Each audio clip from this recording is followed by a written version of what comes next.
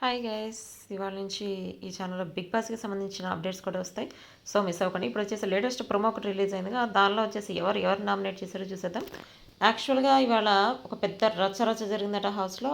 ఆ రచ్చ గురించి తర్వాత చెప్తాను. ఫస్ట్ ఇప్పుడు వచ్చేసి కళ్యాణ్ వచ్చేసి సుమన్ శెట్టి నామినేట్ చేశాడు. ఎందుకంటే లాస్ట్ టైం జరిగిన టాస్క్లో సుమన్ శెట్టిని అన్నగట, నాకు ఈ రౌండ్ ఉండాలని, ఈ రౌండ్ ఉంచండి, నెక్స్ట్ రౌండ్లో నన్ను తీసేయనని చెప్పినా కూడా వినకుండా నామినేట్ చేశాడు.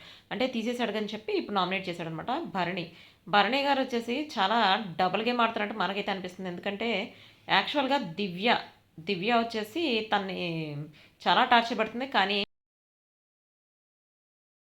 భరణి గారు స్టార్ట్ చేయడం మనకైతే అర్థం కావట్లేదు. అక్కడ డైరెక్ట్గా తెలుస్తుంది తనూజ ఏం చేయట్లేదు, కావాలని దివ్య గొడవ పెట్టుకుంటుందని. ఇప్పుడు దివ్యాని వచ్చేసి వదిలేసి కావాలని తనుజ నామినేట్ చేస్తున్నాడు భరణి. యాక్చువల్ కూతురు వచ్చినప్పుడు కూడా చెప్పింది తనకు దూరంగా ఉండమని చెప్పి.